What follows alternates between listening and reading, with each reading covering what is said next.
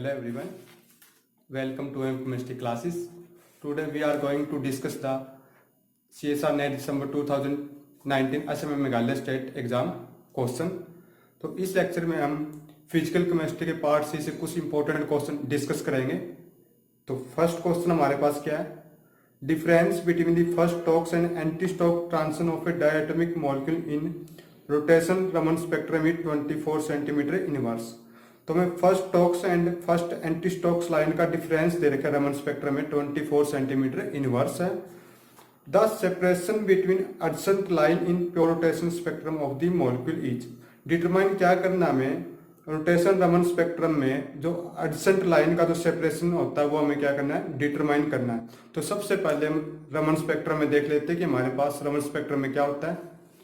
ये हमारे पास किसी भी मॉलिक्यूल का रमन स्पेक्ट्रा है। यहाँ पर क्या होते हैं हमारे पास वेलेव लाइन जिसकी फ्रिक्वेंसी सेम होती है इंसिडेंट लाइट के, एंड इस साइड क्या होते हैं हमारे पास वेलेव लाइन के लेफ्ट में क्या होती है स्टोक्स लाइन। स्टोक्स लाइन की क्या होती है, जो फ्रिक्वेंसी होती है वो इंसिडेंट लाइट की फ्रिक्वेंसी से क्या होती है, लेस होती है। हम कह सकते हैं कि स्टोक्स लाइन की फ्रिक्वेंसी क्या होती है, डिक्रीज होती है। एंड राइट साइड में क्या होती है हमारे पास एंटी स्टोक्स लाइन की फॉर्मेशन होती है जिसकी फ्रिक्वेंसी हमारे पास इंसिडेंट लाइट की फ्रिक्वेंसी से क्या होती है, ज्यादा होती है। मीन्स हम कहते हैं कि एंटी स्टोक्स लाइन की फ्रिक्वेंसी क्या होती है, इंक्रीज होती है। तो हमारे पास ये फर्स्ट स्टोक्स लाइन है, ये सेकंड है एंड ये थर्ड है, फोर्थ, ऐसे सोन चलती जाएगी। ऐसे ही हमारे पास ये फर्स्ट एंटी स्टोक्स लाइन है राइट साइड में, ये सेकंड है, थर्ड है, फोर्थ है एंड फिफ्थ है, सोन। तो जो रेलेफ लाइन से जो फर्स्ट स्टोक्स लाइन हमारे पास इसका डिफरेंस कितना होता है, 6b का होता है। b हमारे पास क्या होता है, रोटेशन कांस्टेंट होता है हमारे पास। एंड जो फर्स्ट एंटी स्टोक्स लाइन का रेलेफ लाइन से डिफरेंस कितना है, इस साइड भी 6b होता है। एंड सेकंड स्टोक्स का यहाँ से डिफरेंस कितना फर्स्ट स्टोक्स लाइन से 4b का होता है। एंड इस साइड भी क्या होता है हमारे पास first anti Stokes and second anti Stokes line का डिफरेंस होता है 4b। तो क्वेश्चन में हमें क्या दे रखा है, first Stokes and first anti Stokes line का डिफरेंस दे रखा है हमें। तो यहाँ से हम डिफरेंस देखेंगे first Stokes and anti Stokes line का डिफरेंस कितना, टोटल 6b कितना हो जाएगा 12b। तो हमें क्वेश्चन में 12b की वैल्यू दे रखी है 24 सेंटीमीटर इनवर्स। एंड डिटरमाइन क्या करना हमें, the separation between adjacent line in pure rotation spectra. Pure rotational spectrum में जो एडजेसेंट लाइन का सेपरेशन हमें डिटरमाइन करना। तो रोटेशनल स्पेक्ट्रम में एडजेसेंट लाइन का सेपरेशन कितना होता है, 2b होता है। क्या होता है, 2b के इक्वल होता है। ये हमें क्या करना है, डिटरमाइन करना है। तो अगर यहाँ से सॉल्व करेंगे तो b की वैल्यू कितनी आ जाएगी, यहाँ 12 इंटू कितना 24, तो b की वैल्यू आ जाएगी हमारे पास 2 सेंटीमीटर इनवर्स। कि b की वैल्यू हम यहाँ अप्लाई करेंगे तो हमारे पास रोटेशनल स्पेक्ट्रम में एडजेसेंट लाइन का सेपरेशन कितना आ जाएगा हमारे पास 2 into 2 equal to 4 centimetre inverse आ जाएगा। तो this is the answer of the question. So in the question the option 2 in which 4 is given is the correct answer. So now we discuss the next question.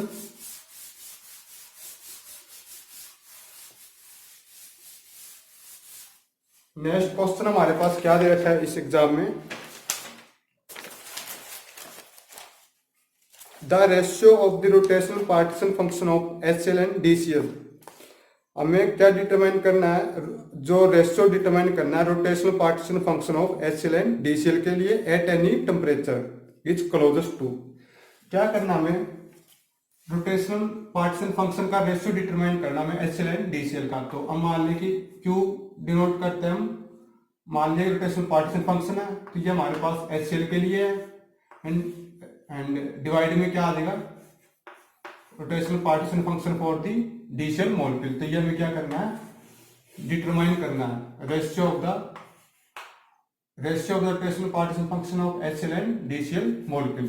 तो rotational partition function हमारे पास क्या होता है, ये होता है rotational partition function. हमारे पास value क्या होती है 8 pi square I K T sigma S square. Sigma is a symmetric number. This value is the constant value at pi square K is also constant, temperature is also constant in this question, and symmetry number is constant value, and this H value is also constant. Then we can say that the rotational partition function is directly proportional to I value, means magnetic moment of inertia, because this is value is vary. So these are the constants, so we can rotational partition function is proportional to I. So we know that the magnetic moment of inertia is equal to mu r square. Mu is the reduced mass and r is the internuclear distance between the molecules. So this value is r value is also constant, because HCl and DCl molecules the value of r is constant. So we can then say that rotational partition is directly proportional to moment of inertia. From here we can say that if r is constant, then I is proportional to reduced mass. So from here we can say that rotational partition function is also proportional to reduced mass. So if we divide the rotational partition function of HCl and DCl, these values are constant, this value is also constant, and this value is also. So when we ratio these values cancel out, so we only determine the value of reduced mass to solve this question. So in the case of HCl, reduced mass value is equal to m1, हमारे पास H के लिए हो जाएगा 1 and HCl के लिए m2. Mass atomic mass की value होती है 35.5 एंड डिवाइड में क्या होता है हमारा m1 प्लस m2, तो 1 प्लस 35.5. तो यहाँ से हमारे पास वैल्यू कितनी आ जाएगी इसकी 35.5 एंड 36.5. ऐसे हम रिड्यूस मास निकालते हैं DCl के लिए. तो हमारे पास वैल्यू क्या आ जाएगी, एटॉमिक मास हमारे पास D के लिए जो हमारे पास जो ड्यूटेरियम के लिए कितनी होती है m1 2 आ जाएगा, m2 की वैल्यू क्लोरीन के लिए आ जाएगी, एटॉमिक मास 35.5 होता है एंड डिवाइड में हमारे पास m1 प्लस m2 प्लस 35.5. तो यहाँ से क्या आ जाएगा हमारे पास आ जाएगा, यहाँ से वैल्यू क्या आ जाएगी हमारे पास 2 इंटू 35.5 करेंगे, हमारे पास आ जाएगी यहाँ से 71.0 वैल्यू एंड यहाँ से आ जाएगी 37.5.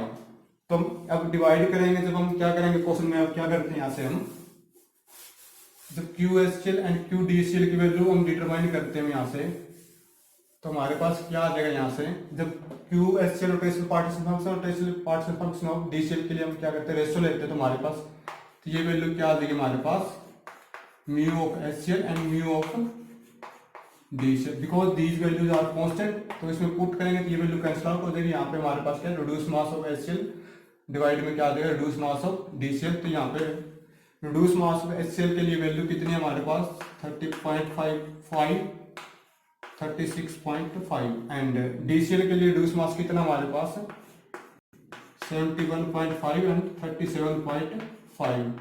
तो इसको जब हम सोल्व करेंगे तो हमारे पास वैल्यू क्या आ जाएगी यहाँ से, जब इसको हम सोल्व करेंगे तो हमारे पास जो वैल्यू आएगी इस पूरे को डिवाइड करके जब हम क्या निकालेंगे यहाँ से वैल्यू डिटरमाइन करेंगे, ये कितना हमारे पास 71 थी वैल्यू, तो ये हमारे पास क्या 2 पे जाएगा यहाँ से, तो हमारे पास क्या आ जाएगा 2 इंटू 37.5 डिवाइड में आ जाएगा 36.5. तो जब हम इस वैल्यू को सोल्व करेंगे नहीं हमारे पास क्या आएगा यहाँ से वैल्यू आएगी, ये डिवाइड में है ना 36, ये 2 भी डिवाइड में जाएगा, तो ऊपर हमारे पास ये वैल्यू चली जाएगी, ऊपर चली जाएगी,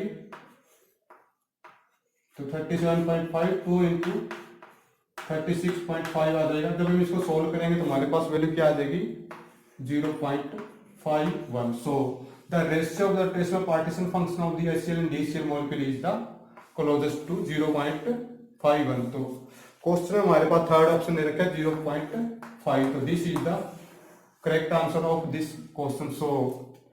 So in this lecture we discuss the two important question of physical chemistry part C assignment Meghalaya state exam. तो नेक्स्ट क्वेश्चन नेक्स्ट लेक्चर में डिस्कस करेंगे. अगर आपने अभी तक हमारे चैनल को सब्सक्राइब नहीं किया, चैनल को सब्सक्राइब करते हैं, बेल आइकन पर क्लिक करते हैं, जिससे कि आपको हमारे चैनल की अपकमिंग लेक्चर के बारे में जानकारी मिलती रहे. Thank you for watching.